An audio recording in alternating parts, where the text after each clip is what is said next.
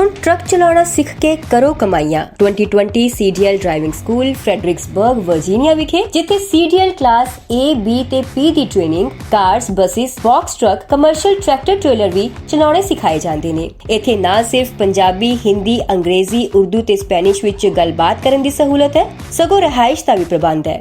ਅੱਜ ਹੀ ਸੰਪਰਕ ਕਰੋ ਸਨੀ ਨੂੰ 540 656 0985 ਤੇ। ਹੁਣ ਗੱਲਬਾਤ ਕਰਨ ਦੇ ਲਈ ਮੇਰੇ ਨਾਲ ਭੈਣ ਜੀ ਹਰਸ਼ਿੰਦਰ ਕੌਰ ਹੋਰੀ ਜੁੜ ਗਏ ਨੇ। ਸਤਿ ਸ਼੍ਰੀ ਅਕਾਲ ਜੀ। ਸਤਿ ਸ਼੍ਰੀ ਅਕਾਲ। ਪਹਿਲਾਂ ਤੇ ਭਾਜੀ ਮੈਂ ਸ਼ੁਕਰ ਕਰਦੀ ਹਾਂ ਰੱਬ ਦਾ ਕਿ ਤੁਸੀਂ ਇੰਨੀ ਢਿੱਲੇ ਸੋ ਤੇ ਬਿਮਾਰੀ ਚੋਂ ਨਿਕਲ ਕੇ ਤੁਸੀਂ ਬਾਹਰ ਆਏ ਹੋ। ਸ਼ੁਕਰ ਹੈ ਰੱਬ ਦਾ, ਕਿਉਂਕਿ ਤੁਹਾਡੇ ਵਰਗੀਆਂ ਸ਼ਖਸੀਅਤਾਂ ਦੀ ਬਹੁਤ ਲੋੜ ਹੈ। ਇਸੇ ਕਰਕੇ ਮੇਰਾ ਖਿਆਲ ਦੁਆਵਾਂ ਤੁਹਾਨੂੰ ਇੰਨੀਆਂ ਜ਼ਿਆਦਾ ਮਿਲੀਆਂ ਨੇ ਕਿ ਤੁਸੀਂ ਸ਼ੁਕਰ ਹੈ ਵਾਹਿਗੁਰੂ ਦਾ ਠੀਕ ਠਾਕ ਹੋ ਕੇ ਵਾਪਸ ਸਾਡੇ ਵਿੱਚ ਪਹੁੰਚੇ ਹੋ। ਸਾਰਿਆਂ ਦਾ ਬਹੁਤ ਬਹੁਤ ਸ਼ੁਕਰੀਆ ਜੀ। ਪਤਾ ਨਹੀਂ ਸਾਲ ਹੀ ਇਹੋ ਜਿਹਾ ਨਿਕਲਿਆ, ਚੰਗੀ ਧੰਗੇੜ ਪੈ ਗਈ ਜੀ। ਪਹਿਲਾਂ ਕੋਵਿਡ ਨੇ, ਫਿਰ ਫੂਡ ਪੁਆਇਜ਼ਨਿੰਗ, ਹੁਣ ਡੇਂਗੀ ਨੇ ਵੀ ਬੜਾ ਬੁਰਾ ਹਾਲ। ਸਾਡੇ ਤਾਂ ਬਠਿੰਡੇ ਬਹੁਤ ਬੁਰਾ ਹਾਲ ਹੈ ਜੀ।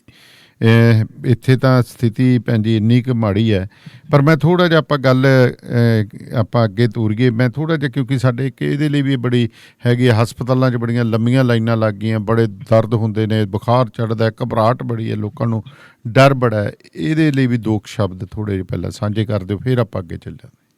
ਜ਼ਰੂਰ ਜੀ ਜ਼ਰੂਰ। ਮੈਂ ਚਾਹਾਂਗੀ ਕਿ ਸਾਰੇ ਕਿਉਂਕਿ ਮੇਰੇ ਆਪਣੇ ਵਾਰਡ ਵਿੱਚ ਰਜਿੰਦਰਾ ਵਿੱਚ ਵੀ ਬਹੁਤ ਸਾਰੇ ਬੱਚੇ ਜਿਹੜੇ ਕਾਫੀ ਸੀਰੀਅਸ ਹੋ ਕੇ ਪਹੁੰਚੇ ਨੇ ਇੱਥੇ, ਉਹ ਆਪਾਂ ਜ਼ਰੂਰ ਗੱਲ ਕਰਨੀ ਚਾਹਾਂਗੇ। ਥੋੜ੍ਹੇ ਜਿਹੇ ਲੱਛਣਾਂ ਬਾਰੇ ਸਿਰਫ ਮੈਂ ਦੱਸ ਦਿਆਂ ਕਿ ਅੱਖਾਂ ਦੇ ਪਿਛਲੇ ਪਾਸੇ ਪੀੜ, ਸਰੀਰ ਟੁੱਟਦਾ ਮਹਿਸੂਸ ਹੋਣਾ, ਬੁਖਾਰ ਤੇਜ਼, ਸਿਰ ਦਰਦ, ਉਲਟੀਆਂ, ਦਿਲ ਕੱਚਾ ਹੋਣਾ, ਦਾਣੇ ਨਿਕਲ ਆਣੇ।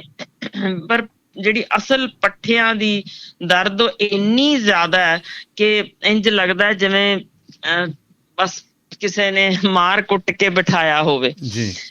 ਸੋ ਇਸ ਤਰ੍ਹਾਂ ਦੀ ਹਾਲਤ ਵਿੱਚ ਜੋ ਕਈ ਵਾਰ ਮਾਈਲਡ ਵੀ ਹੋ ਜਾਂਦੀ ਹੈ, ਕਈ ਵਾਰ ਹੈਮਰੈਜਿਕ ਫੀਵਰ ਵੀ ਹੋ ਜਾਂਦਾ ਹੈ। ਸੋ ਵੱਖੋ ਵੱਖਰੇ ਤਰ੍ਹਾਂ ਦੀ ਜਿਨ੍ਹਾਂ ਵਿੱਚ ਉਹ ਖਤਰਨਾਕ ਹੋ ਜਾਂਦਾ ਜਿਸ 'ਚ ਅੰਦਰ ਖੂਨ ਚੱਲਣ ਲੱਗ ਜਾਵੇ। ਸੋ ਇਸ ਤਰ੍ਹਾਂ ਦੇ ਵੱਖੋ ਵੱਖਰੇ ਜਿਨ੍ਹਾਂ ਦੇ ਡੇਂਗੂ ਹੈਮਰੈਜਿਕ ਹੋ ਜਾਵੇ, ਉਹਨਾਂ ਦੇ ਮੂੰਹ ਵਿੱਚੋਂ, ਮਸੂੜਿਆਂ ਵਿੱਚੋਂ, ਨੱਕ ਚੋਂ ਲਹੂ ਆ ਸਕਦਾ। ਉਹਨਾਂ ਦੇ ਲਿੰਫ ਨੋਡ ਜਾਂ ਜਿਨ੍ਹਾਂ ਨੂੰ ਅਸੀਂ ਗਿਲਟੀਆਂ ਕਹਿੰਦੇ ਹਾਂ, ਉਹ ਵੀ ਬਣ ਜਾਂਦੀਆਂ ਨੇ। ਚਮੜੀ ਦੇ ਉੱਤੇ ਵੀ ਦਾਣੇ ਹੋ ਜਾਂਦੇ ਨੇ। ਫਿਰ ਢਿੱਡ ਜਿਹਾ ਅਫਾਰਾ ਜਿਹਾ ਮਹਿਸੂਸ ਹੋ ਜਾਂਦਾ, ਪਲੇਟਲੈਟ ਇੱਕਦਮ ਘੱਟ ਜਾਂਦੇ ਨੇ, ਨਬਜ਼ ਤੁਹਾਡੀ ਕਮਜ਼ੋਰ ਹੋ ਜਾਂਦੀ ਹੈ ਇੱਕਦਮ। ਇਸੇ ਤਰ੍ਹਾਂ ਨਿੱਕੇ ਨਿੱਕੇ ਲਹੂ ਦੇ ਦਾਣੇ ਨਿਕਲ ਜਾਂਦੇ ਨੇ। ਸੋ ਇੱਕ ਡੇਂਗੂ ਸ਼ੌਕ ਸਿੰਡਰੋਮ ਜਿਹੜਾ ਹੋ ਜਾਂਦਾ, ਸਵੀਅਰ ਫਾਰਮ ਹੁੰਦਾ, ਜਿਹਦੇ ਵਿੱਚ ਮੌਤ ਤੱਕ ਹੋਣ ਦਾ ਖਤਰਾ ਹੋ ਜਾਂਦਾ, ਜਿਸ 'ਚ ਤੁਹਾਨੂੰ ਸਮਝ ਹੀ ਨਹੀਂ ਆਉਂਦੀ ਕਿ ਕੀ ਚੱਲ ਰਿਹਾ। ਇੱਕਦਮ ਬਲੱਡ ਪ੍ਰੈਸ਼ਰ ਬਹੁਤ ਡਿੱਗ ਜਾਂਦਾ। ਅਸਲ ਵਿੱਚ ਦੋ ਚੀਜ਼ਾਂ ਜੋ ਖਾਸ ਖਿਆਲ ਰੱਖਣ ਦੀ ਲੋੜ ਨੇ ਕਿ ਪਹਿਲੀ ਚੀਜ਼, ਜਦੋਂ ਅਸੀਂ ਦਾਖਲ ਹੁੰਦੇ ਆਮ ਤੌਰ ਤੇ ਇਹ ਹੁੰਦਾ ਕਿ ਫਟਾਫਟ ਗਲੂਕੋਜ਼ ਚੜਾ ਦਿੱਤਾ ਜਾਏ, ਬਲੱਡ ਪ੍ਰੈਸ਼ਰ ਘੱਟ ਗਿਆ। ਮੈਂ ਬਹੁਤ ਇੰਪੋਰਟੈਂਟ ਚੀਜ਼ ਦੱਸਣਾ ਚਾਹੁੰਦੀ ਹਾਂ, ਸਾਡੇ ਕੋਲ ਜ਼ਿਆਦਾ ਜਿਹੜੇ ਕੇਸ ਆ ਕੇ ਜਿਨ੍ਹਾਂ ਦੇ ਜਾਨ ਨੂੰ ਖਤਰਾ ਬਣਦਾ ਜੇ ਉਹੀ ਨੇ ਜਿਹੜਾ ਬੇਲੋੜਾ ਗਲੂਕੋਜ਼ ਚੜਾ ਕੇ ਬਾਹਰੋਂ ਆ ਜਾਂਦੇ ਨੇ। ਕਿਉਂਕਿ ਡੇਂਗੂ ਦੇ ਵਿੱਚ ਹੁੰਦਾ ਕੀ ਹੈ ਕਿ ਤੁਹਾਡੀਆਂ ਨਸਾਂ ਵਿੱਚੋਂ ਸਗੋਂ ਅੰਦਰਲਾ ਜਿਹੜਾ ਲਹੂ ਵਿਚਲਾ ਪਾਣੀ ਜਿਹੜਾ ਉਹ ਬਾਹਰ ਨਿਕਲਣਾ ਸ਼ੁਰੂ ਹੋ ਜਾਂਦਾ। ਸਗੋਂ ਸੋ ਜਿੰਨਾ ਪਾਣੀ ਹੋਰ ਚੜਾਈ ਜਾਂਦੇ ਆ, ਉਹ ਤੁਹਾਡੇ ਫੇਫੜਿਆਂ ਵਿੱਚ, ਦਿਮਾਗ ਵੱਲ, ਢਿੱਡ 'ਚ, ਉਹ ਸਾਰੇ ਸਗੋਂ ਪਾਣੀ ਇਕੱਠਾ ਹੋ ਕੇ ਸਰੀਰ ਫੁੱਲ ਜਾਂਦਾ ਤੇ ਉਹਦੇ ਨਾਲ ਸਗੋਂ ਜਾਨ ਨੂੰ ਖਤਰਾ ਪੈਦਾ ਹੋ ਜਾਂਦਾ। ਸਾਡੇ ਕੋਲ ਮੌਤਾਂ ਹੀ ਇਹੀ ਹੋ ਰਹੀਆਂ ਨੇ, ਜਿਹੜੇ ਵਾਧੂ ਗਲੂਕੋਜ਼ ਫਟਾਫਟ ਵੀ ਬਲੱਡ ਪ੍ਰੈਸ਼ਰ ਘਟਿਆ ਤੇ ਗਲੂਕੋਜ਼ ਚੜਾ ਦੋ, ਤੁੰਨ ਦੋ ਬੋਤਲਾਂ, ਉਹ ਨਹੀਂ ਕਰਨਾ ਹੁੰਦਾ। ਦੂਸਰੀ ਚੀਜ਼ ਪਲੇਟਲੈਟ ਦਾ ਖਾਸ ਤੌਰ ਤੇ ਦੱਸਦੇ ਆ, ਜੋ ਕਿ ਅੰਤਰਰਾਸ਼ਟਰੀ ਪੱਧਰ ਤੇ ਇਸ ਵੇਲੇ ਸਾਨੂੰ ਦੱਸਿਆ ਕਿ ਜਦ ਤੱਕ 5000 ਪਲੇਟਲੈਟ ਨਾ ਰਹਿ ਜਾਣ, ਜਾਂ ਲਹੂ ਦੇ ਦਾਣੇ ਨਾ ਚਮੜੀ ਉੱਤੇ ਆ ਜਾਣ, ਜਾਂ ਕਿਤੇ ਲਹੂ ਵਗਣਾ ਸ਼ੁਰੂ ਨਾ ਹੋ ਜਾਏ, ਉਦੋਂ ਤੱਕ ਪਲੇਟਲੈਟ ਨਹੀਂ ਚੜਾਓ। ਕਿਉਂਕਿ ਇਹਦੇ 'ਚ ਡੇਂਗੂ 'ਚ ਹੁੰਦਾ ਇਹ ਹੈ ਕਿ ਸਾਡਾ ਹੀ ਸਰੀਰ, ਸਾਡੇ ਆਪਣੇ ਹੀ ਸਰੀਰ ਵਿਚਲੇ ਪਲੇਟਲੈਟਸ ਨੂੰ ਤੋੜਨ ਲੱਗ ਜਾਂਦਾ। ਸੋ ਉਹ ਜਿਹੜਾ ਇਮਿਊਨ ਰਿਐਕਸ਼ਨ ਹੋ ਰਿਹਾ ਹੁੰਦਾ, ਜਿੰਨੇ ਹੋਰ ਵੀ ਪਲੇਟਲੈਟ ਚੜਾਈ ਜਾਵਾਂਗੇ ਉਹ ਤੋੜੀ ਜਾਣਗੇ। ਉਹ ਇਸੇ ਲਈ ਉਦੋਂ ਹੀ ਚੜਾਈ ਦੇ ਨੇ ਜਦੋਂ ਇਹ ਲੱਛਣ ਦਿਸਣ ਲੱਗ ਜਾਣ ਕਿ ਤੁਹਾਡੇ 5000 ਤੋਂ ਘਟ ਗਏ, ਜਾਂ ਤੁਹਾਡੇ ਜਿਵੇਂ ਮੈਂ ਦੱਸਿਆ ਕਿ ਕਿਤੋਂ ਲਹੂ ਵਗਣਾ ਸ਼ੁਰੂ ਹੋਇਆ, ਜਾਂ ਤੁਹਾਡੇ ਚਮੜੀ 'ਚ ਦਾਣੇ ਹੋਣ। ਆਮ ਤੌਰ ਤੇ ਕੀ ਹੁੰਦਾ ਜੇ, ਜੋ ਕੁਝ ਖਿਮਾ ਕਰਿਓ, ਸਾਡੀ ਕੁਛ ਪੇਸ਼ੇ 'ਚ ਗੜਬੜੀ ਇਹੋ ਜਿਹੀ ਹੋ ਚੁੱਕੀ ਹੈ ਕਿ ਲੋਕ ਡਰਾ ਧਮਕਾ ਕੇ 30,000 ਰਹਿ ਗਏ ਤੇ ਉਹ ਫਟਾਫਟ ਚੜਾਈ ਜਾਂਦੇ ਨੇ ਪਲੇਟਲੈਟਸ, ਤੇ ਉਹ ਲਓ ਜੀ ਦੇਖੋ ਆ ਗਏ ਨਾ 50, ਹੁਣ ਅਗਲੇ ਦਿਨ ਫੇਰ ਚੜਾਵਾਂਗੇ, ਇਹ ਲਓ ਜੀ ਆ ਗਏ, ਜਦ ਕਿ ਉਸ ਪੱਧਰ ਤੇ ਲੋੜ ਨਹੀਂ ਹੁੰਦੀ। ਸੋ ਇਹ ਡਰ ਜੇ ਸਾਡੇ ਲੋਕਾਂ ਦੇ ਮਨਾਂ ਚੋਂ ਨਿਕਲ ਜਾਏ ਤੇ ਸ਼ਾਇਦ ਅਸੀਂ ਬਹੁਤ ਸਾਰੀਆਂ ਜਾਨਾਂ ਇਸ ਤਰ੍ਹਾਂ ਜਾਣ ਤੋਂ ਬਚਾ ਸਕਦੇ ਹਾਂ। ਉਹਦੇ ਵਿੱਚ ਖਾਸ ਤੌਰ ਤੇ ਇੱਕ ਮੈਂ ਹੁਣ ਦੱਸਣਾ ਚਾਹੁੰਦੀ ਹਾਂ ਕਿ ਜੇ ਹੋਇਆ ਜੇ ਇਹ ਬੁਖਾਰ, ਤਾਂ ਉਸ ਤੋਂ ਬਚਣ ਲਈ ਪਹਿਲੀ ਚੀਜ਼ ਤਾਂ ਤੁਸੀਂ ਹਰ ਇੱਕ ਨੂੰ, ਜਿਵੇਂ ਘਰ 'ਚ ਇੱਕ ਨੂੰ ਹੋਇਆ ਤਾਂ ਬਾਕੀਆਂ ਨੂੰ ਤਾਂ ਉੱਥੋਂ ਬਚਣਾ ਹੀ ਪਏਗਾ। ਉਹਦੇ ਲਈ ਤੁਸੀਂ ਚੰਗੀ ਆਸ-ਪਾਸ ਸਪਰੇਅ ਕਰਕੇ ਰੱਖੋ, ਜੋ ਕਿ ਅਸਲ ਵਿੱਚ ਤਾਂ ਇਹ ਵੀ ਮਾਫ ਹੀ ਕਰਿਓ, ਜਿਸ ਦੀ ਡਿਊਟੀ ਹੈ ਸਰਕਾਰੀ ਪੱਧਰ ਤੇ ਉਹ ਨਹੀਂ ਕਰ ਰਹੇ। ਸੋ ਉਹਨਾਂ ਨੂੰ ਹੀ ਹਲੂਣਾ ਦਈਏ ਕਿ ਭਾਈ ਸਪਰੇਅ ਕਰਿਆ ਕਰੋ, ਇਹ ਤਾਂ ਕਿ ਅਸੀਂ ਸਭ ਨੂੰ ਬਚਾ ਸਕੀਏ। ਜਾਨਾਂ ਬਚਾਉਣ ਦਾ ਕੰਮ ਉਹਨਾਂ ਦਾ ਹੀ ਹੈ, ਸੋ ਉਹ ਜ਼ਰੂਰੀ ਜੇ। ਤੇ ਇਸੇ ਤਰ੍ਹਾਂ ਤੁਸੀਂ ਆਸ-ਪਾਸ ਆਪਣੇ ਘਰ ਦੇ ਪਾਣੀ ਨਾ ਇਕੱਠਾ ਹੋਣ ਦਿਓ, ਤੇ ਕਮਰਿਆਂ ਵਿੱਚ ਵੀ ਜੇ ਪਰਦੇ ਨੇ ਉਹਨਾਂ ਦੇ ਪਿੱਛੇ ਚੰਗੀ ਤਰ੍ਹਾਂ ਸਫਾਈ ਕਰਕੇ ਤੇ ਅੱਛੀ ਤਰ੍ਹਾਂ ਸਪਰੇਅ ਜੇ ਰਾਤ ਨੂੰ ਤੁਸੀਂ ਕਰਦੇ ਹੋ ਤਾਂ ਅੱਛੀ ਗੱਲ ਏ। ਤੇ ਆਪਣੇ ਲੱਤਾਂ ਨੂੰ ਕਵਰ ਕਰਕੇ ਰੱਖੋ, ਉਹ ਬੈਟਰ ਹੈ ਕਿ ਤੁਸੀਂ ਉਸਦੇ ਬਚ ਜਾਓਗੇ ਤੁਸੀਂ ਮੱਛਰ ਦੇ ਕੱਟੇ ਜਾਣ ਤੋਂ। ਇਹਦੇ ਅੱਗੇ ਵੀ ਹੋਰ ਕਈ ਕਿਸਮਾਂ ਨੇ, ਵਾਇਰਸਿਸ 4 ਕਿਸਮਾਂ ਨੇ ਡੈਂਗੀ ਦੀਆਂ, ਜੇ ਆਪਾਂ ਜਿਵੇਂ DENV 1, 2, 3, 4 ਇੰਚ 4 ਕਿਸਮਾਂ ਨੇ। ਹੁਣ ਇਹ ਕਿਸਮਾਂ ਮੱਛਰ ਵਿੱਚ ਵੜ ਜਿਹੜੀਆਂ ਹੁੰਦੀਆਂ ਨੇ, ਜਦੋਂ ਮੱਛਰ ਜਿਹੜਾ ਇਹਨਾਂ ਚੀਜ਼ਾਂ ਨਾਲ ਇਨਫੈਕਟਡ ਹੋਏ ਪਹਿਲਾਂ ਹੀ, ਜਿਹੜੀਆਂ ਇਹਨਾਂ ਵਾਇਰਸਿਸ ਨਾਲ, ਤੇ ਜਦੋਂ ਉਹ ਫਿਰ ਕੱਟਦਾ ਹੈ ਸਾਨੂੰ ਤਾਂ ਉਹ ਸਾਡੇ ਅੰਦਰ ਚਲੀ ਜਾਂਦੀ ਜੇ। ਤੋ ਇਹ ਕਾਰਨ ਹੈ ਜਿਸ ਸਦਕਾ ਇਹ ਸਾਡੇ ਫਿਰ ਵੱਖੋ ਵੱਖਰੀ ਕਿਸਮ ਦੀ, ਕਿਹੜੀ ਜਿਹੜੀ ਤੁਹਾਨੂੰ ਮੈਂ ਦੱਸਿਆ 3 ਕਿਸਮਾਂ ਡੈਂਗੀ ਦੀਆਂ ਹੋ ਸਕਦੀਆਂ ਨੇ, ਜਿਹਦੇ ਨਾਲ ਸਾਨੂੰ ਖਤਰਾ ਹੋ ਸਕਦਾ। ਪਰ ਲੱਛਣ ਕਿਉਂਕਿ ਆਪਾਂ ਪਹਿਲਾਂ ਦੱਸ ਚੁੱਕੇ ਹਾਂ, ਸੋ ਇਹੋ ਜਿਹਾ ਲੱਛਣ ਜੇ ਬੁਖਾਰ ਹੋ ਰਿਹਾ, ਕੋਸ਼ਿਸ਼ ਕਰੋ ਸਿੰਪਲ ਪੈਰਾਸੀਟਾਮੋਲ ਹੀ ਲੈਣੀ ਜੇ, ਕਿਉਂਕਿ ਜਿਹੜੀਆਂ ਹੋਰ ਦਵਾਈਆਂ ਕਈ ਅਸੀਂ ਬਰੂਫੈਨ ਜਾਂ ਤੁਸੀਂ ਹੋਰ ਲੈ ਲੈਂਦੇ ਹੋ, ਉਹ ਡੇਂਜਰਸ ਨੇ, ਉਹ ਬਹੁਤ ਡੇਂਜਰਸ ਨੇ, ਸਗੋਂ ਲਹੂ ਵਗਾ ਸਕਦੀਆਂ ਨੇ। ਇਸੇ ਲਈ ਉਹਨਾਂ ਤੋਂ ਪਰਹੇਜ਼ ਜ਼ਰੂਰੀ ਹੈ। ਸਿੰਪਲ ਪੈਰਾਸੀਟਾਮੋਲ ਘਰ ਬੈਠ ਕੇ ਤੁਸੀਂ ਲੈ ਸਕਦੇ ਹੋ। 6-6 ਘੰਟੇ ਬਾਅਦ ਬੁਖਾਰ ਜੇ ਹੋ ਰਿਹਾ, ਠੰਡੀਆਂ ਪੱਟੀਆਂ ਕਰ ਸਕਦੇ ਹੋ। ਲਿਕੁਇਡ ਜ਼ਿਆਦਾ ਲਵੋ ਤਾਂ ਕਿ ਉਹ ਤੁਹਾਨੂੰ ਹਾਈਡਰੇਸ਼ਨ ਹੋਣੀ ਤੁਹਾਡੀ ਬਹੁਤ ਜ਼ਰੂਰੀ ਜੇ। ਪਰ ਮੈਂ ਜਿਵੇਂ ਗੱਲ ਕੀਤੀ ਸੀ ਕਿ ਗਲੂਕੋਜ਼ ਫਾਲਤੂ ਨਾ ਚੜਾਓ, ਉਹਦੀ ਲੋੜ ਨਹੀਂ ਹੈ। ਸੋ ਇੰਨੀ ਕੁ ਜੇ ਅਸੀਂ ਖਿਆਲ ਰੱਖ ਸਕੀਏ ਤਾਂ ਹੁਣ ਬਹੁਤ ਸਾਰੀਆਂ, ਜਿਵੇਂ ਮੈਂ ਹਾਈਜੀਨ ਦੀ ਬਹੁਤ ਇੰਪੋਰਟੈਂਸ ਹੈਗੀ ਹੈ, ਕਿਉਂਕਿ ਦਵਾਈ ਅਸੀਂ ਕੋਈ ਨਹੀਂ ਦੇਣੀ। ਸੋ ਸਾਫ ਸੁਥਰਾ ਆਪਣਾ ਤੁਸੀਂ ਰੱਖਣਾ, ਭਾਵੇਂ ਉਹ ਡਿਟੋਲ ਪਾ ਕੇ ਤੁਸੀਂ ਉਹਦੇ ਨਾਲ ਨਹਾ ਲਵੋ ਜਾਂ ਸਪੰਜਿੰਗ ਹੋ ਜਾਵੇ, ਉਹਦੇ ਨਾਲ ਤੁਹਾਨੂੰ ਇਨਫੈਕਸ਼ਨ ਨਹੀਂ ਹੋਏਗੀ ਕਿਸੇ ਹੋਰ ਤਰ੍ਹਾਂ ਦੀ ਜਿਹੜੀ ਉੱਤੋਂ ਹੋ ਸਕਦੀ ਹੈ। ਸੋ ਇਹ ਚੀਜ਼ਾਂ ਦਾ ਜੇ ਅਸੀਂ ਸਿਰਫ ਖਿਆਲ ਕਰੀਏ, ਹਾਈਡਰੇਸ਼ਨ ਪ੍ਰੋਪਰ ਰੱਖੀਏ, ਆਪਣੀ ਹਾਈਜੀਨ ਠੀਕ ਰੱਖੀਏ, ਤੇ ਦਵਾਈਆਂ ਜਿਵੇਂ ਦੱਸਿਆ ਸਿੰਪਲ ਟਾਈਨੋਲ, ਪੈਰਾਸੀਟਾਮੋਲ, ਬਸ ਇੰਨੀ ਹੀ ਬਹੁਤ ਹੈ। ਇਸ ਤੋਂ ਵੱਧ ਦਵਾਈਆਂ ਦੀ ਲੋੜ ਨਹੀਂ, ਅਨਲੈਸ ਕਿ ਕੋਈ ਜਿਵੇਂ ਮੈਂ ਦੱਸਿਆ ਅਮਰੈਜਿਕ ਫੀਵਰ ਜਾਂ ਹੋਰ ਹੋ ਜੇ, ਉਹ ਵੱਖਰੀ ਗੱਲ ਹੈ, ਉਹ ਉੱਥੇ ਤਾਂ ਤੁਸੀਂ ਐਡਮਿਟ ਹੋਣਾ ਹੀ ਪੈਣਾ, ਟ੍ਰੀਟਮੈਂਟ ਲੈਣੀ ਪੈਣੀ ਹੈ। ਪਰ ਬੇਲੋੜੇ ਪਲੇਟਲੈਟ ਜਾਂ ਬੇਲੋੜੇ ਨਸਾਂ ਵਿੱਚ ਇਹ ਗਲੂਕੋਜ਼ ਨਾ ਚੜਾਓ, ਬਸ ਇੰਨੀ ਕੀ ਆਪਾਂ ਮੇਨ ਜੇ ਚੀਜ਼ ਯਾਦ ਰੱਖ ਸਕੀਏ। ਤੇ ਪਾਣੀ ਘਰ ਦੇ ਆਸ-ਪਾਸ ਜਾਂ ਅੰਦਰ ਨਾ ਇਕੱਠਾ ਹੋਣ ਦਈਏ ਤਾਂ ਅਸੀਂ ਡੇਂਗੂ ਤੋਂ ਬਚ ਸਕਦੇ ਹਾਂ। ਪਰ ਭਾਜੀ ਤੁਹਾਡਾ ਪ੍ਰੋਗਰਾਮ ਦੁਨੀਆ ਦੇ ਹਰ ਕੋਨੇ 'ਚ ਸੁਣਿਆ ਜਾਂਦਾ, ਤੇ ਸ਼ਾਇਦ ਤੁਹਾਡੇ ਰਾਹੀਂ ਲੋਕ ਹੀ ਜਾਗ ਜਾਣ ਆਪਣੇ ਹੱਕਾਂ ਪ੍ਰਤੀ। ਜਦੋਂ ਕੋਈ ਉਹਨਾਂ ਕੋਲ ਪਹੁੰਚਦਾ ਤਾਂ ਪੁੱਛਣ ਜ਼ਰੂਰ ਵੀ ਕਦੋਂ ਕੀਤਾ ਸੀ ਤੁਸੀਂ ਛਿੜਕਾਅ। ਬਿਲਕੁਲ ਨਾ ਜੀ, ਕਿੱਥੇ ਕੀ ਇਹਦਾ ਫੋਨ ਹੀ ਨਹੀਂ ਚੱਕਦੇ ਅਫਸਰ, ਕੀ ਕਰੋਗੇ ਜੀ। ਸੋ ਇਹ ਮੇਰਾ ਖਿਆਲ ਹੈ ਜੇ ਆਪਾਂ ਸਾਰੇ ਪਾਸਿਓਂ ਜ਼ੋਰ ਪਾਈਏ ਉਹਨਾਂ ਤੇ, ਤਾਂ ਇਹ ਜ਼ਰੂਰ ਉਹਨਾਂ ਨੂੰ ਇਹ ਕਰਨਾ ਚਾਹੀਦਾ। ਆਖਰ ਦੇਖੋ ਨਾ, ਸਰਕਾਰਾਂ ਦੀਆਂ ਜ਼ਿੰਮੇਵਾਰੀਆਂ 2 ਹੀ ਤਾਂ ਹੁੰਦੀਆਂ ਜੇ, ਸਿਹਤ ਤੇ ਪੜ੍ਹਾਈ। ਤੇ ਜੇ ਉਹਨਾਂ ਦੋਨਾਂ ਪੱਖੋਂ ਬਿਲਕੁਲ ਹੀ ਕੰਨ ਵਲੇਟੇ ਪਏ ਨੇ ਤਾਂ ਫਿਰ ਕਿਸ ਤਰ੍ਹਾਂ ਕੰਮ ਚੱਲ ਸਕਦਾ। ਆਪਾਂ ਤਾਂ ਘੱਟੋ ਘੱਟ ਸਵੇਰੇ ਤੇ ਸ਼ਾਮ ਆਪਣੀਆਂ ਬਾਹਾਂ ਲੱਤਾਂ ਕੱਜ ਕੇ ਰੱਖੀਏ, ਤੇ ਜੀ। ਮੱਛਰ ਨੂੰ ਨਾ ਕਰਨ ਦੀ, ਬਸ ਇੰਨਾ ਕੁ ਜੇ ਆਪਾਂ ਤੇ ਆਸ-ਪਾਸ ਜੇ ਬਾਹਰ ਸੜਕਾਂ ਤੇ ਵੀ ਪਾਣੀ ਖੜਾ ਕੋਈ ਵੀ ਨਹੀਂ ਦੇਖ ਰਿਹਾ, ਮੱਛਰ ਉੱਥੇ ਹੋ ਹੀ ਜਾ ਰਹੇ ਨੇ, ਤੇ ਘੱਟੋ ਘੱਟ ਅਸੀਂ ਆਪ ਹੀ ਥੋੜਾ ਜਿਹਾ ਉਹਦੇ ਵਿੱਚ ਜੇ ਤੇਲ ਦੀਆਂ ਬੂੰਦਾਂ ਪਾ ਦਈਏ ਤੇ ਉਹ ਖੜੇ ਪਾਣੀ ਦੇ ਵਿੱਚ ਘੱਟੋ ਘੱਟ ਇਹ ਮੱਛਰ ਦੀ ਬਰੀਡਿੰਗ ਨਹੀਂ ਹੋ ਸਕੇਗੀ। ਜੀ, ਇਹ ਤਾਂ ਤੁਸੀਂ ਸਰਕਾਰ ਦੀਆਂ ਗੱਲਾਂ ਵੀ ਕਰਤੀਆਂ, ਪਰ ਸਰਕਾਰਾਂ ਤਾਂ ਇਹੋ ਜਿਹੀਆਂ ਵੀ ਹੈਗੀਆਂ ਜਿਨ੍ਹਾਂ ਦੇ ਮੰਤਰੀ ਕਿਸਾਨਾਂ ਨੂੰ ਦਰੜ ਕੇ ਮਾਰੀ ਜਾਂਦੇ ਨੇ ਜੀ, ਹੈਂ? ਜੀ ਬਿਲਕੁਲ, ਮੈਂ ਤਾਂ ਸੱਚਮੁੱਚ ਬਹੁਤ ਦਿਲ ਰੋਂਦਾ ਜੇ ਜਦੋਂ ਇਹੋ ਜਿਹੀ ਗੱਲ ਸੁਣੀ ਜਾਂਦੀ ਹੈ ਕਿ ਮੈਂ ਕਦੇ ਤਾਂ ਸੱਚੀ ਮੁੱਚੀ ਇੰਝ ਲੱਗਦਾ ਕਿ ਕੀ ਸਾਡੀ ਕਿਸਮਤਾਂ ਦੇ ਵਿੱਚ ਟਾਇਰ ਹੀ ਨੇ, ਕਦੇ ਗਲੇ ਦੁਆਲੇ ਅਸੀਂ ਪਾ ਕੇ ਸਾੜ ਦਿੱਤੇ ਜਾਂਦੇ ਆ, ਕਦੇ ਟਾਇਰਾਂ ਦੇ ਥੱਲੇ ਦਰੜ ਦਿੱਤੇ ਜਾਂਦੇ ਆ, ਕਿ ਸਾਡੀ ਕਿਸਮਤ ਵਿੱਚ ਟਾਇਰ ਹੀ ਰਹਿਣੇ ਨੇ। ਭਾਜੀ ਇਹ ਗੱਲ ਆਪਾਂ ਜੇ ਪੁਰਾਣੇ ਸਮਿਆਂ ਤੋਂ ਵੀ ਦੇਖੀਏ, ਮੈਂ ਸਿੱਧਾ ਹੀ ਲੈ ਕੇ ਜਾਨੀ ਆ ਕਿ ਸਾਡਾ ਹਿਸਟਰੀ ਇਹੋ ਜਿਹੀ ਹੈ ਜਿਹੜੀ ਸ਼ਹਾਦਤਾਂ ਨਾਲ ਭਰੀ ਪਈ ਹੈ। ਉਹਦੇ ਵਿੱਚ ਦੇਖੋ ਅਸੀਂ ਇਹੋ ਹਾਲ ਸੀ ਕਿ ਅਸੀਂ ਨਿਮਰਤਾ ਨਾਲ ਕਿ ਸਭ ਕੁਝ ਜਰਦੇ ਰਹੇ, ਪਰ ਜਦੋਂ ਤੱਤੀਆਂ ਤਵੀਆਂ ਤੇ ਬਿਠਾ ਦਿੱਤਾ, ਆਰਿਆਂ ਨਾਲ ਚਰਾਏ ਗਏ, ਪੁੱਠੀਆਂ ਖਲਾਂ ਲੋਹਾਈਆਂ, ਸਭ ਕੁਝ ਕਰਨ ਬਾਅਦ ਫਿਰ ਅਖੀਰ ਇਹ ਗੱਲ ਮੀਰੀ ਤੇ ਪੀਰੀ ਤੇ ਖੜੀ ਹੋਈ ਕਿ ਭਾਈ ਜਦੋਂ ਜ਼ੁਲਮ ਦੀ ਅੱਤ ਹੋ ਜਾਏ ਤਾਂ ਤਲਵਾਰ ਚੁੱਕਣੀ ਜਾਇਜ਼ ਹੁੰਦੀ ਹੈ। ਚੁੰਕਾਰ ਅਜ਼ ਹਮਾ ਹੀਲ ਤੇ ਦਰਗੁਜ਼ਸ਼ਤ ਹਲਾਲ ਅਸਤ ਬੁਰਦਨ ਬ ਸ਼ਮਸ਼ੀਰ ਦਸਤ। ਸੋ ਗੁਰੂ ਗੋਬਿੰਦ ਸਿੰਘ ਜੀ ਨੇ ਵੀ ਇਹੋ ਕਿਹਾ ਸੀ ਕਿ ਜ਼ੁਲਮ ਦੀ ਅੱਤ ਹੋ ਗਈ ਤਾਂ ਫਿਰ ਤਲਵਾਰ ਚੁੱਕੋ। ਸੋ ਇਹੀ ਚੀਜ਼ ਸੀ ਕਿ ਵੇਖੋ ਡਾਇਰ ਨੇ ਜੋ ਕੀਤਾ, ਜਿਵੇਂ ਗੱਲ ਵੀ ਹੋਈ ਸਾਡੀ, ਲਿਆ ਗਿਆ ਨਾਮ ਕਿ ਇਹ ਤਾਂ ਜਲਿਆਂਵਾਲਾ ਬਾਗ ਵਰਗਾ ਹੀ ਮੈਸੇਕਰ ਹੋਇਆ ਜੀ, ਪਰ ਇਹ ਲਹੂ ਪੀਣੀ ਸਿਆਸਤ ਹਰ ਸਦੀ ਆਈ ਏ ਤੇ ਹਰ ਸਦੀ ਦੇ ਵਿੱਚ ਅਸੀਂ ਇਹੋ ਕੁਝ ਦੇਖੋ, ਅਸੀਂ ਸੋਚਿਆ ਇਹੀ ਸੀ ਕਿ ਅਸੀਂ ਜੀ ਸਿਰਫ ਸਿਰ ਨਵਾਈ ਜਾਣਾ, ਤਾਂ ਗਜ਼ਨੀ ਨੇ ਕੀ ਕੀਤਾ, ਇੱਕ ਵਾਰ ਨਹੀਂ, ਦੋ ਵਾਰ ਨਹੀਂ, ਵਾਰ ਉਹਨੇ ਕਿਹਾ ਜੀ ਇਹ ਤਾਂ ਸਿਰ ਨੀਵਾ ਕਰੀ ਬੈਠੇ ਆ, ਵੱਢੋ ਇਹਨਾਂ ਦੀ ਪੱਤ, ਲੁੱਟੋ ਇਹਨਾਂ ਦਾ ਸਮਾਨ, ਲੁੱਟੋ ਤੇ ਦੌੜ ਜਾਓ।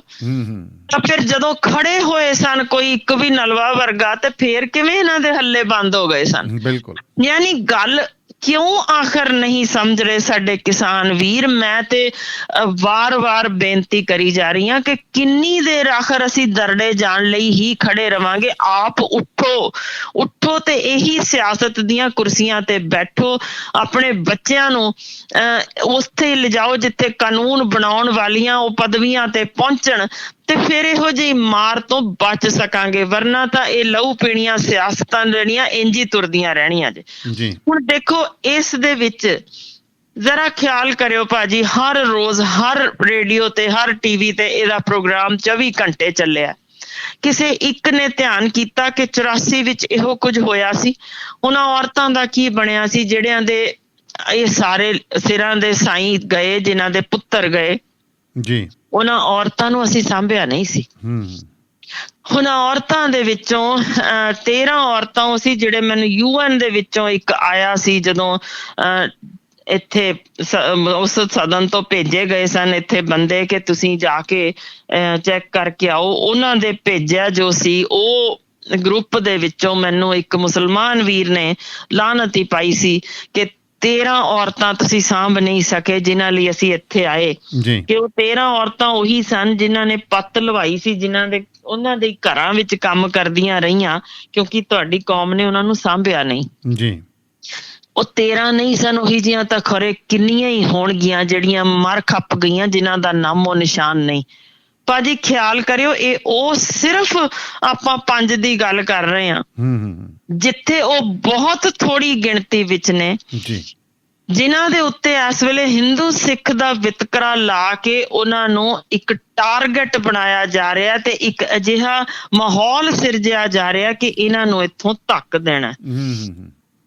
ਸੋ ਉਸ ਮਾਹੌਲ ਦੇ ਵਿੱਚ ਤੁਸੀਂ ਸਮਝ ਰਹੇ ਹੋ ਕਿ ਇਹਨਾਂ ਦੇ ਕੀ ਬਣਨਾ ਉਹਨਾਂ ਔਰਤਾਂ ਦਾ। ਜਿਵੇਂ ਅੱਗੇ ਭੱਜ ਕੇ ਉੱਥੋਂ ਨਿਕਲੀਆਂ ਸਨ ਪਹਿਲਾਂ ਵੀ ਇਸੇ ਤਰ੍ਹਾਂ 84 ਚੋਂ, ਜਾਂ ਹੈਲੇ ਮੰਡੀ ਦੇ ਵਿੱਚ ਮੈਂ ਆਪ ਆਪਣੀ ਅੱਖੀਂ ਵੇਖ ਕੇ ਆਈ ਹਾਂ ਕਿਸ ਤਰੀਕੇ ਉਹਨਾਂ ਤੇ ਸਿਰਫ 15 ਸਨ ਜਿਹੜੇ ਸਾੜੇ ਗਏ ਸਨ ਸਿੱਖ ਭਰਾ। ਉਹਨਾਂ ਦੀਆਂ ਦੁਕਾਨਾਂ ਸਾੜੀਆਂ, ਗੁਰਦੁਆਰਾ ਸਾੜਿਆ, ਤੇ ਜਿਸ ਤਰੀਕੇ ਲਤਾੜ ਕੇ ਉਹ ਔਰਤਾਂ ਬਾਕੀ ਬਚੀਆਂ ਕੱਢੀਆਂ ਗਈਆਂ ਸੀ। ਅੱਜ ਸਿੱਖੀ ਦਾ ਨਾਮੋ ਨਿਸ਼ਾਨ ਹੈਲੇ ਮੰਡੀ 'ਚ ਨਹੀਂ ਹੈ। 5 ਵਰਿਆਂ ਦੀ ਬੇਟੀ ਸੀ ਜਿਹਦਾ ਬਲਾਤਕਾਰ ਹੋਇਆ, ਜਿਸ ਬਾਰੇ ਉਹ ਦੱਸਦੇ ਨੇ। 2 ਜਵਾਨ 12 ਤੇ 13 ਵਰਿਆਂ ਦੀਆਂ ਬੇਟੀਆਂ ਨੇ ਕੋਠਿਆਂ ਤੋਂ ਛਾਲ ਮਾਰ ਕੇ ਆਪਣੀ ਜਾਨ ਵਾਰੀ, ਤੇ ਮੁੜ ਕੇ ਉਹ ਬਾਕੀ ਜਿਹੜੀਆਂ ਦਾ ਹਾਲ ਭਾਜੀ ਤੁਹਾਨੂੰ ਜਾਂ ਮੈਨੂੰ ਕਿਸੇ ਨੂੰ ਫਰਕ ਪਿਆ ਉਹ ਕਿਵੇਂ ਕਿਸ ਹਾਲ ਚ ਰੁਲ ਰਹੀਆਂ ਨੇ। ਅੱਜ ਵੀ ਕੋਈ ਨਾਭੇ ਵਿੱਚ ਬੈਠੀ ਜੇ 60 ਰੁਪਏ ਮਹੀਨੇ ਦੀ ਕਮਾਈ ਦੇ ਤੇ ਕੋਈ ਕਿਤੇ ਬੈਠੀ ਜੇ ਜਿਹਦਾ ਕੋਈ ਅੱਗਾ ਨਾ ਪਿੱਛਾ ਨਾ ਕੋਈ ਪੁੱਛਣ ਵਾਲਾ। ਅੱਜ ਇਹ ਸਿਆਸਤ ਕਰ ਰਹੇ ਨੇ ਸਾਰੇ, ਜੋ ਇਹਨਾਂ ਨੂੰ ਅੰਦਾਜ਼ਾ ਵੀ ਹੈ ਜਦੋਂ ਉੱਥੋਂ ਨਿਕਲ ਕੇ ਤੁਰ ਜਾਣਗੇ ਤੇ ਇਹਨਾਂ ਦਾ ਕੌਣ ਪੁੱਛਣ ਵਾਲਾ ਹੋਏਗਾ, ਕੌਣ ਵਾਲੀ ਵਾਰਸ ਹੈ।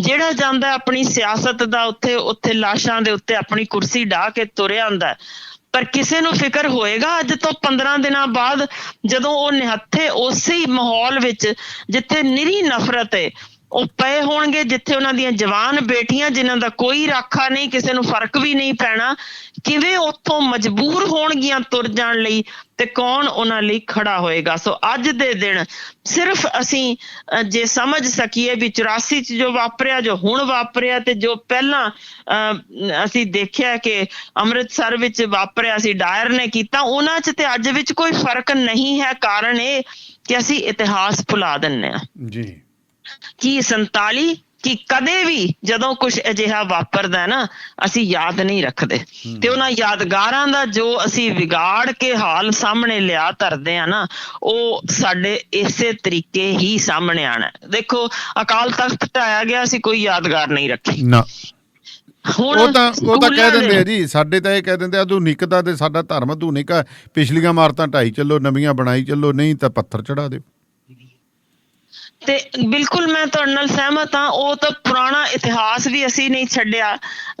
ਗੱਲ ਇਹ ਹੈ ਕਿ ਅਸੀਂ ਜੇ ਹੁਣ ਪੁਰਾਣੇ ਸਮਿਆਂ ਜੇ ਹਿਟਲਰ ਦੇ ਵੇਲੇ ਨੂੰ ਮੈਂ ਤੁਹਾਨੂੰ ਲੈ ਤੁਰਾਂ, ਨਿਊਰਮਬਰਗ ਵਿੱਚ ਮੈਂ ਆਪ ਦੇਖ ਕੇ ਆਈ ਹਾਂ, ਇੱਕ ਕਾਗਜ਼ ਤੱਕ ਸੰਭਾਲ ਕੇ ਰੱਖਿਆ ਉਹਨਾਂ ਨੇ ਇਹ ਦਰਸਾਉਣ ਲਈ ਕਿ ਅਗਲੀਆਂ ਜਿੰਨੀਆਂ ਪੁਸ਼ਤਾਂ ਆਉਣਗੀਆਂ, ਭਾਵੇਂ 200 ਪੁਸ਼ਤਾਂ ਆਉਣ, ਚੇਤੇ ਰੱਖਿਓ ਇਹ ਮਨੁੱਖੀ ਹੱਕਾਂ ਦਾ ਘਾਣ ਸੀ ਤੇ ਖਬਰਦਾਰ ਜੇ ਦੁਬਾਰਾ ਜਰਿਆ। ਹੁਣ ਅਸੀਂ ਕੀ ਕਰ ਰਹੇ ਹਾਂ, ਜਿਹੜਾ ਯਾਨੀ ਗੋਲੀਆਂ ਦੇ ਨਿਸ਼ਾਨ ਅਸੀਂ ਮਿਟਾ ਤੇ ਅੰਮ੍ਰਿਤਸਰ ਵਿੱਚ ਅਸੀਂ ਜਲਿਆਂਵਾਲੇ ਬਾਗ ਅੰਦਰ ਜੋ ਮਹਿਸੂਸ ਹੋਣਾ ਸੀ ਵੜ ਕੇ ਕਿਵੇਂ ਉਹ ਵੱਜੀ, ਜੋ ਲਹੂ ਖੋਲਣਾ ਸੀ ਸਾਡਾ, ਉਹ ਅਸੀਂ ਖਤਮ ਕਰ ਦਿੱਤਾ। ਭਾਜੀ ਅੰਦਾਜ਼ਾ ਲਾਇਓ ਅੱਜ ਸਾਡਾ ਕੋਈ ਅੱਜ ਦੀ ਹੁਣ ਪੁਸ਼ਤ ਵਿੱਚੋਂ ਕਿਸੇ ਬੱਚੇ ਨੂੰ ਜੇ ਲੈ ਕੇ ਜਾਂਦੇ ਅਸੀਂ ਫਤਿਹਗੜ੍ਹ ਸਾਹਿਬ ਦੇ ਅੰਦਰ ਤੇ ਉੱਥੇ ਦਿਖਾਉਂਦੇ ਕਿ ਆ ਜੇ ਕੰਧ ਜਿੱਥੇ ਤੁਹਾਡੇ ਤੋਂ ਛੋਟੇ ਛੋਟੇ ਬਾਲਾਂ ਨੇ ਅਣਖ ਨਾਲ ਸਿਰ ਦਿੱਤੇ ਸੀ, ਇੱਥੇ ਚਿਣੇ ਗਏ ਸੀ। ਭਾਜੀ ਧਾਂ ਮਾਰ ਕੇ ਰੋਣਾ ਸੀ ਹਰ ਇੱਕ ਨੇ। ਕੀ ਮਜਾਲ ਜੇ ਇਸ ਕੌਮ ਦੇ ਵਿੱਚ ਕਿਸੇ ਦੀ ਅਣਖ ਰੱਤੀ ਮਾਸਾ ਸੱਜਿਓਂ ਖੱਬੇ ਹੋ ਜਾਂਦੀ, ਅਸੀਂ ਉਹ ਵੀ ਦਫਨ ਕਰ ਦਿੱਤਾ। ਇਤਿਹਾਸ ਨਹੀਂ ਸਾਂਭਦੇ। ਤੇ ਹੁਣ ਇਸ ਥਾਂ ਤੇ ਅੱਜ ਦੀ ਸਮੇਂ ਦੀ ਲੋੜ ਹੈ ਕਿ ਸਿਆਸਤਦਾਨ ਜਾਂਦੇ ਨੇ, ਫੋਟੋਆਂ ਖਿਚਵਾਉਂਦੇ ਨੇ, ਆਪਣੇ ਟਵਿੱਟਰ ਤੇ ਜਾਂ ਆਪਣੇ ਫੇਸਬੁੱਕ ਤੇ ਪਾਉਂਦੇ ਨੇ ਤੇ ਆਪਣੀਆਂ ਵੋਟਾਂ ਇਕੱਠੀਆਂ ਕਰਕੇ ਆ ਜਾਂਦੇ ਨੇ, ਪਰ ਉੱਥੇ ਯਾਦਗਾਰ ਦੀ ਲੋੜ ਜੇ, ਉਹਨਾਂ ਨੂੰ ਬੇਸ ਸਟਰੋਂਗ ਬਣਾਉਣ ਦੀ ਲੋੜ ਏ। ਨਹੀਂ ਤਾਂ ਹਰ ਥਾਂ ਤੇ ਦੇਖੋ ਅਫਗਾਨਿਸਤਾਨ ਚੋਂ ਕੱਢੇ ਗਏ, ਹੋਰ ਵੀ ਹਰ ਮੁਲਕ ਚੋਂ ਪਾਕਿਸਤਾਨ ਚ ਮਾਰੇ ਜਾਂਦੇ ਪਏ ਨੇ। ਹਿੰਦੁਸਤਾਨ ਦੇ ਵੱਖੋ ਵੱਖ ਹਿੱਸਿਆਂ ਚ ਰੋਜ਼ ਟੀਵੀਆਂ ਦੇ ਵਿੱਚ ਤੁਸੀਂ ਵੀਡੀਓਜ਼ ਜਾਂ ਸਰਕੂਲੇਟ ਹੁੰਦੀਆਂ ਦੇਖ ਸਕਦੇ ਹੋ, ਕਿਵੇਂ ਦਸਤਾਰਾਂ ਲਾ ਕੇ ਕੇਸਾਂ ਦੀ ਬੇਅਦਬੀ ਕਰਕੇ ਕਿਸ ਤਰੀਕੇ ਮਾਰ ਕੇ ਲੂਹ ਕੇ ਸੁੱਟਿਆ ਜਾਂਦਾ ਇਕੱਲੇ ਇਕੱਲੇ ਨੂੰ ਘੇਰ ਕੇ। ਯਾਨੀ ਅਸੀਂ ਹਰ ਪਾਸਿਓਂ ਮਾਰ ਹੀ ਖਾਂਦੇ ਕਿਉਂ ਰਹਿ ਰਹੇ ਹਾਂ। ਇੱਕ ਰੱਤਿਕ ਧਿਆਨ ਕਰਿਓ, ਜੇ ਆਪਾਂ NRI ਵੀਰਾਂ ਵੱਲ ਧਿਆਨ ਕਰੀਏ, ਉਹ ਕਾਮੇ ਬਣ ਕੇ ਗਏ ਜੀ, ਜਿਸ ਵੀ ਮੁਲਕ ਚ ਗਏ, ਉਹਨਾਂ ਨੂੰ ਜਿਸ ਤਰੀਕੇ ਉਦੋਂ ਮਾਰਿਆ ਵੀ ਗਿਆ, ਜਹਾਜ਼ਾਂ ਤੋਂ ਵੀ ਤੋਰਿਆ ਗਿਆ, ਜੇਲਾਂ ਚ ਵੀ ਤੁੰਨੇ ਗਏ, ਬਿਮਾਰੀ ਚ ਖਿਆਲ ਵੀ ਨਾ ਰੱਖਿਆ ਗਿਆ, ਤਾਂ ਉਹਨਾਂ ਨੇ ਇੱਕ ਅੱਜ ਦੇ ਦਿਨ ਤੱਕ ਜੋ ਉਸ ਤੋਂ ਅੱਜ ਤੱਕ ਕੀ ਕਿਸ ਤਰੀਕੇ ਝੰਡੇ ਗੱਡੇ ਕਿ ਉਹਨਾਂ ਨੂੰ ਸਮਝ ਆ ਗਈ ਕਿ ਨਿਰੇ ਕਾਮੇ ਬਣ ਕੇ ਰਹਿ ਕੇ ਜਾਂ ਨਿਰਾ ਜੀ ਹਜ਼ੂਰੀ ਕਰਕੇ ਇੱਥੇ ਨਹੀਂ ਚੱਲਣਾ। ਸਾਨੂੰ ਲਾਮਬੰਦ ਹੋਣਾ ਪੈਣਾ, ਸਾਨੂੰ ਪਾਵਰ ਲੈਣੀ ਪੈਣੀ ਹੈ, ਸਾਨੂੰ ਸਿਆਸਤ ਵਿੱਚ ਆਉਣਾ ਪੈਣਾ। ਅਸੀਂ ਬਿਜ਼ਨਸ ਪੱਖੋਂ ਸਟਰੋਂਗ ਹੋਵਾਂਗੇ, ਸਾਡੇ ਬੱਚੇ ਲਾਇਰ ਬਣਨਗੇ, ਸਾਡੇ ਬੱਚੇ ਪੋਲੀਟੀਸ਼ੀਅਨ ਬਣਨਗੇ, ਤਾਂ ਅਸੀਂ ਸਟਰੋਂਗ ਹੋਵਾਂਗੇ। ਤੇ ਦੇਖੋ ਕਿੱਥੇ ਪਹੁੰਚੇ ਨੇ, ਦੁਨੀਆ ਦੇ ਹਰ ਹਿੱਸੇ ਵਿੱਚ ਪੰਜਾਬੀਆਂ ਦਾ ਝੰਡਾ ਬੁਲੰਦ ਝੂਲਦਾ ਜੀ। ਅਸੀਂ ਕਿਉਂ ਨਹੀਂ ਸਮਝ ਰਹੇ ਅਜੇ ਵੀ ਨਹੀਂ ਜੀ, ਅਸੀਂ ਤਾਂ ਬਛਾਰਾਂ ਹੀ ਖਾਵਾਂਗੇ, ਅਸੀਂ ਤਾਂ ਸੜਕਾਂ ਤੇ ਹੀ ਬੈਠੇ ਆ, ਚੁੰਨੀਆਂ ਪੜਵਾਵਾਂਗੇ, ਢਿੱਡਾਂ ਤੇ ਲੱਤਾਂ ਖਾਵਾਂਗੇ। ਭਾਈ ਕਦੋਂ ਤੱਕ? ਜੀ ਜਦ ਤੱਕ ਇਹ ਨਹੀਂ ਸਾਨੂੰ ਸਮਝ ਆ ਰਿਹਾ ਕਿ ਪੰਜਾਬ ਦੇ 700 ਕਿਸਾਨਾਂ ਲਈ 700 ਲਈ ਤਾਂ ਕੋਈ ਪੈਸਾ ਕਦੇ ਕਿਸੇ ਨੇ ਦਿੱਤਾ ਨਹੀਂ, ਤੇ ਉੱਥੇ ਜਾ ਕੇ ਕਿਸ ਤਰੀਕੇ ਇਹ ਖਿਆਲ ਆ ਗਿਆ ਕਿ ਇਹਨਾਂ ਨੂੰ 50-50 ਲੱਖ ਜ਼ਰੂਰ ਦੇਣਾ। ਕੋਈ ਹੈ ਇਸ ਚੀਜ਼ ਦਾ ਜਵਾਬ ਪੁੱਛਣ ਵਾਲਾ? ਇਹ ਕੀ ਹੈ ਜੀ? ਸ਼ਾਇਦ ਇਹਨਾਂ ਨੂੰ ਅੰਦਾਜ਼ਾ ਵੀ ਨਹੀਂ ਹੋਣਾ ਕਿ ਕਿੰਨੇ ਲੱਖਾਂ ਨੇ, ਯਾਨੀ ਇਹ ਕੋਈ ਇੱਕ ਜਾਂ ਦੋ ਨਹੀਂ, ਕਿੰਨੇ ਲੱਖਾਂ ਨੇ ਇਸ ਵੇਲੇ ਕਿਸਾਨ ਜਿਨ੍ਹਾਂ ਨੇ ਜੋ ਸਰਕਾਰੀ ਸਾਡੇ ਅੰਕੜੇ ਨੇ 1995 ਤੋਂ ਸਨ 2019 ਤੱਕ 2,96,438 ਕਿਸਾਨਾਂ ਨੇ ਖੁਦਕੁਸ਼ੀ ਕੀਤੀ, ਜਿਨ੍ਹਾਂ ਵਿੱਚੋਂ 80% ਪੰਜਾਬੀ ਸਨ ਜੀ। ਤੁਸੀਂ ਉਦੋਂ ਤਾਂ ਕਿਸੇ ਨੇ ਨਹੀਂ ਕਿਹਾ 50-50 ਲੱਖ ਸਭ ਨੂੰ ਦੇਣਾ।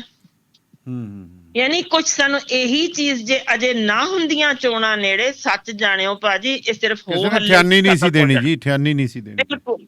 ਸੋ ਇਹੀ ਕਾਰਨ ਜੇ ਕਿ ਅਸੀਂ ਇਹ ਸਾਰਾ ਕੁਝ ਵੇਖਦਿਆਂ ਅੱਜ ਲਾਸ਼ਾਂ ਉੱਤੇ ਬੈਠ ਕੇ ਕੁਰਸੀਆਂ ਜੋ ਢਾ ਰਹੇ ਨੇ, ਸਾਡੇ ਲੋਕ ਸਮਝ ਜਾਣ ਕਿ ਇਹਦੇ ਵਿੱਚੋਂ ਕੁਝ ਨਹੀਂ ਮਿਲਣਾ। ਇਹ ਸਿਰਫ ਅੱਗੋਂ 84 ਵਾਂਗ ਉੱਥੋਂ ਸਾਰੇ ਦੇ ਸਾਰੇ ਧੱਕ ਦਿੱਤੇ ਜਾਣਗੇ, ਫਿਰ ਹੋਰ ਵੱਖੋ ਵੱਖਰੇ ਸੂਬਿਆਂ 'ਚ ਵੀ ਇਹੋ ਕੁਝ ਹੋਣ ਵਾਲਾ ਜੇ। तो बहुत संभल के चलन दी लोड़ है कि को किसी को राज ना दे है, जो ले है निज बल से ले है। जे नहीं हुण तुसी खड़े होए ਤਾਂ ਇਹ ਬੁਜ਼ਦਲੀ ਦਾ ਸਬੂਤ ਹੋਏਗਾ। ਇਹ ਮੰਨਿਆ ਅੱਜ ਤੱਕ ਦਾ ਇਹ ਸਫਲ ਸੀ। ਜਿੰਨਾ ਕੁਛ ਅਸੀਂ ਹੰਡਾਇਆ ਦਿਖਾ ਦਿੱਤਾ ਕਿ ਸਾਡੇ 'ਚ ਸਬਰ ਦੀ ਸਿਖਰ ਹੈ ਬਿਲਕੁਲ। ਪਰ ਹੁਣ ਇਹ ਤੱਤੀਆਂ ਤਵੀਆਂ ਤੋਂ ਵੀ ਜਿਵੇਂ ਉਹਨਾਂ ਨੇ ਸਹਿਣ ਤੋਂ ਬਾਅਦ ਸਮਝ ਸੀ ਕਿ ਇਸ ਤਰ੍ਹਾਂ ਜੇ ਤੁਰਿਆ ਗਏ ਤੇ ਕੌਮ ਖਤਮ ਹੋ ਜਾਣੀ। ਜੇ ਇਹਨਾਂ ਨੂੰ ਜਗਾਉਣ ਲਈ ਇਹਨਾਂ 'ਚ ਸ਼ੇਰਾਂ ਦੀ ਤਾਕਤ ਭਰਨੀ ਪੈਣੀ ਹੈ, ਲਹੂ ਦੀ ਰਵਾਨੀ ਪੈਦਾ ਕਰਨੀ ਹੈ। ਸੋ ਉਹੀ ਕਾਰਨ ਸੀ ਕਿ ਇਹ ਕਿਹਾ ਗਿਆ ਕਿ ਹੁਣ ਭਾਈ ਤਲਵਾਰ ਚੁੱਕੋ। ਤੇ ਅੱਜ ਦਾ ਸਮਾਂ ਤਲਵਾਰ ਚੁੱਕਣ ਦਾ ਮਤਲਬ ਇਹੋ ਹੈ ਕਿ ਸਿਆਸੀ ਰਾਜ ਇਹ ਨਹੀਂ ਵੀ ਕਤਲੋਗਾਰਤ ਸ਼ੁਰੂ ਕਰ ਦਿਓ, ਇਹ ਨਾ ਸਮਝ ਲਓ ਵੀ ਕਤਲੋਗਾਰਤ ਸ਼ੁਰੂ ਕਰ ਦਿਓ। ਬਿਲਕੁਲ ਕਤਲੋਗਾਰਤ ਦੀ ਗੱਲ ਮੈਂ ਬਿਲਕੁਲ ਨਹੀਂ ਕਹਿ ਰਹੀ, ਪਰ ਦੇਖੋ ਨਾ ਤੁਸੀਂ ਧਿਆਨ ਕਰੋ ਕਿ ਇੱਕ ਕਾਲਾ ਜੇ ਮਰਿਆ ਸੀ ਤਾਂ ਅਮਰੀਕਾ ਦੇ ਪ੍ਰੈਜ਼ੀਡੈਂਟ ਨੇ ਗੋਡੇ ਟੇਕ ਕੇ ਉਹਦੀ ਕੁੜੀ ਅੱਗੋਂ ਮਾਫੀ ਮੰਗੀ ਸੀ। ਹੁਣ ਦੇਖੋ ਹਿਊਸਟਨ ਦੇ ਵਿੱਚ ਸਾਡਾ ਇੱਕ ਸੰਦੀਪ ਵੀਰ ਮਰਿਆ ਤਾਂ ਪੋਸਟ ਆਫਿਸ ਦਾ ਨਾਂ ਰੱਖ ਦਿੱਤਾ ਗਿਆ। ਜੀ ਅਸੀਂ ਖਿਆਲ ਕੀਤਾ ਕਿ ਸਾਡੇ ਕਿਸ ਹਿਸਾਬ ਨਾਲ ਵੱਖੋ ਵੱਖ ਹਿੱਸਿਆਂ ਵਿੱਚ ਕਤਲ ਹੋਏ ਜਿਹੜੇ ਸਿੱਖ ਬੇਦੋਸੇ ਮਾਰੇ ਗਏ, ਉਹਨਾਂ ਦੀ ਵੱਖੋ ਵੱਖਰੇ ਸ਼ਹਿਰਾਂ ਦੇ ਵਿੱਚ ਜਿੱਥੇ ਜਿੱਥੇ ਉਹਨਾਂ ਨਾਲ ਇਹ ਘਟਨਾ ਵਾਪਰੀ ਕੀ ਕੋਈ ਯਾਦਗਾਰ ਤਿਆਰ ਕੀਤੀ? ਕਿਸੇ ਨੇ ਕਦੇ ਮਾਫੀ ਮੰਗੀ ਜਾਂ ਕਿਸੇ ਨੂੰ ਖਿਆਲ ਵੀ ਆਇਆ ਹੋਵੇ? ਕਿਉਂਕਿ ਭਾਜੀ ਅਸੀਂ ਆਪਣੇ ਤੱਕ ਸੀਮਤ ਹੋ ਗਏ ਹਾਂ। ਮੇਰਾ ਕਾਰੋਬਾਰ, ਮੇਰੀ ਕੁਰਸੀ, ਮੇਰਾ ਰੁਤਬਾ, ਮੇਰਾ ਅਹੁਦਾ, ਮੈਂ ਹੀ ਖਤਮ ਹੋ ਜਾਂਦੀ। ਜਿਸ ਦਿਨ ਸਾਨੂੰ ਖਿਆਲ ਆਏਗਾ ਨਾ ਕਿ ਅੱਜ ਸਾਡੀ ਇੱਥੇ ਮੈਂ ਦਾ ਅਸਰ ਜੇ ਪਰੇ ਕੋਈ ਲਖਨਊ ਦੇ ਵਿੱਚ ਜੇ ਬੱਚੇ ਤੇ ਪੈ ਰਿਹਾ ਹੈ ਤਾਂ ਉਹਦੇ ਲਈ ਅਸੀਂ ਗੁਨਾਹਗਾਰ ਹਾਂ, ਅਸੀਂ ਜ਼ਿੰਮੇਵਾਰ ਹਾਂ, ਕਿਉਂਕਿ ਅਸੀਂ ਇਸ ਪਾਸੇ ਸੋਚ ਹੀ ਨਹੀਂ ਰਹੇ। ਮੈਂ ਬਿਲਕੁਲ ਸਹਿਮਤ ਹਾਂ ਕਿ ਇਹ 3 ਕਾਲੇ ਕਾਨੂੰਨ ਵਾਪਸ ਹੋਣੇ ਚਾਹੀਦੇ ਨੇ, ਪਰ ਬਾਜੀ ਸਿਰਫ ਕੀ ਇਸੇ ਨਾਲ ਅਸੀਂ ਉਹ ਚੀਜ਼ਾਂ ਭੁੱਲ ਜਾਵਾਂਗੇ ਕਿ ਪਹਿਲਾਂ ਵੀ ਕਿਸਾਨ ਖੁਦਕੁਸ਼ੀਆਂ ਕਰ ਰਹੇ ਸਨ, ਉਸੇ ਹੀ ਹਾਲਾਤ ਵਿੱਚ ਵਾਪਸ ਜਾ ਕੇ ਫਿਰ ਉਹੀ ਕੁਛ ਕਰਦੇ ਰਹਿਣਗੇ।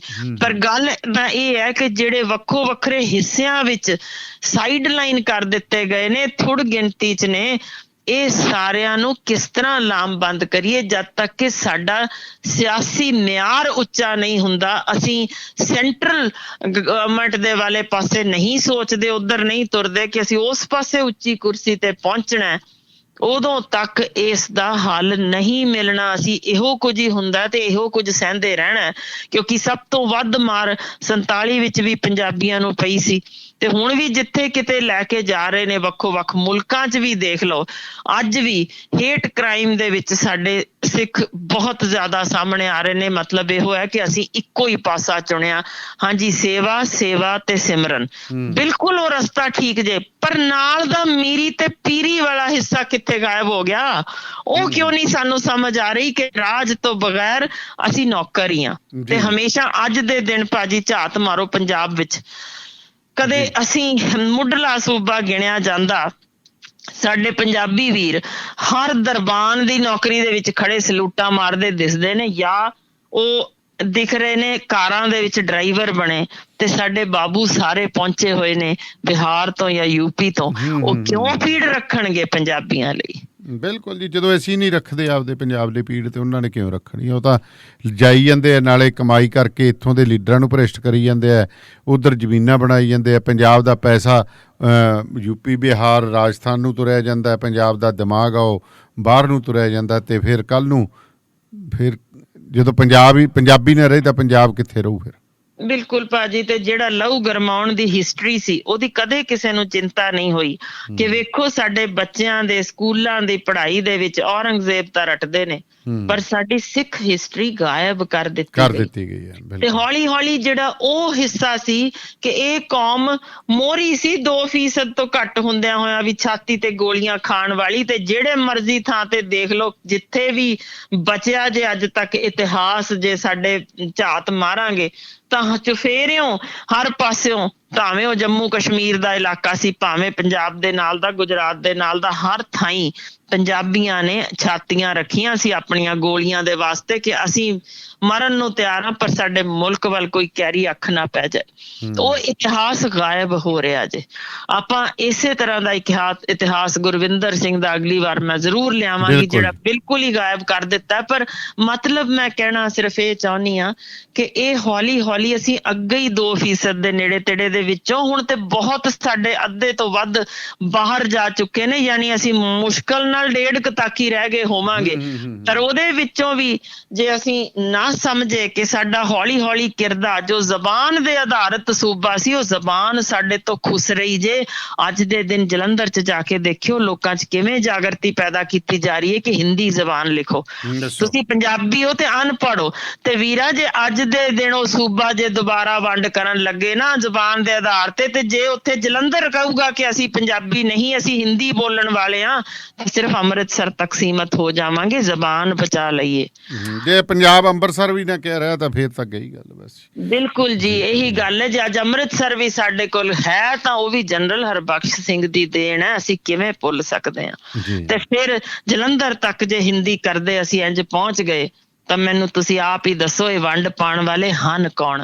ਇਹ ਸਿਆਸਤਦਾਨ ਨੇ ਭਾਜੀ, ਸਿਆਸਤਦਾਨ ਨੇ ਜਿਨ੍ਹਾਂ ਨੇ ਸਾਰੇ ਪੰਜਾਬੀਆਂ ਦੀ ਮੁੱਠੀ ਖੋਲ ਕੇ ਉਹਨਾਂ ਨੂੰ ਵੰਡ ਦਿੱਤਾ ਕਿ ਤੁਸੀਂ ਹਿੰਦੂ, ਸਿੱਖ, ਮੁਸਲਮਾਨ, ਈਸਾਈ ਹੋ, ਤੇ ਫਿਰ ਜਾਤ ਪਾਤ ਦੇ ਕੋੜ ਦੇ ਵਿੱਚ ਬੰਨ ਦਿੱਤਾ। ਜਿੱਥੋਂ ਗੁਰੂ ਨਾਨਕ ਸਾਹਿਬ ਨੇ ਸ਼ੁਰੂ ਕੀਤਾ ਸੀ, ਮੈਂ ਤਾਂ ਨੀਵਿਆਂ ਤੋਂ ਅੱਤ ਨੀਵੇਂ ਦੇ ਵਿੱਚ ਬੈਠਾ, ਜਿੱਥੇ ਭਾਈ ਜੈਤਾ ਜੀ ਵਰਗੇ, ਭਾਈ ਜੈ ਸਿੰਘ ਵਰਗੇ ਖੜੇ ਕਰ ਦਿੱਤੇ ਸਨ ਕਿ ਕੋਈ ਨੀਵਾਂ ਨਹੀਂ, ਸਭ ਬਰਾਬਰ ਨੇ, ਇੱਥੇ ਸਭ ਛੱਡ ਕੇ ਪੰਗਤ ਵਿੱਚ ਬੈਠੋ ਤੇ ਲੰਗਰ ਛਕੋ। ਅਸੀਂ ਵਾਪਸ ਉਹਨਾਂ ਨੂੰ ਉਂਝ ਹੀ ਵੰਡ ਦਿੱਤਾ। ਤੇ ਕੌਣ ਵੰਡ ਰਿਹਾ ਸਮਝ ਲਈਏ, ਇਹ ਉਹੀ ਨੇ ਜਿਹੜੇ ਪਾੜੋ ਤੇ ਰਾਜ ਕਰੋ ਵਾਲੇ ਸਨ, ਜਿਨ੍ਹਾਂ ਨੇ ਪੰਜਾਬ ਨੂੰ ਅੱਗ ਲਾ ਦਿੱਤੀ ਹੈ। ਬਿਲਕੁਲ, ਤੁਹਾਡੀਆਂ ਗੱਲਾਂ 100 ਆਨੇ ਸੱਚੀਆਂ ਜੀ। ਸਮਾਂ ਇਜਾਜ਼ਤ ਨਹੀਂ ਦਿੰਦਾ, ਜੀ ਕਰਦਾ ਸੀ ਹੋਰ ਗੱਲਾਂ ਤੁਹਾਡੀਆਂ ਸੁਣੀਏ। ਸੋ ਇਜਾਜ਼ਤ ਮੰਗਦਾ ਤੁਹਾਡੇ ਤੋਂ। ਧੰਨਵਾਦ ਤੁਹਾਡਾ। ਸੋ ਪ੍ਰੋਗਰਾਮ ਸ਼ਮਾਦਾਨ ਨੂੰ ਇੱਥੇ ਹੀ ਸਮਾਪਤ ਕਰਨ ਦੀ ਆਗਿਆ। ਸੋ ਫਿਰ ਜੁੜਦੇ ਰਹੋ, ਕੱਲ੍ਹ ਨੂੰ ਮੁਲਾਕਾਤ ਹੋਏਗੀ।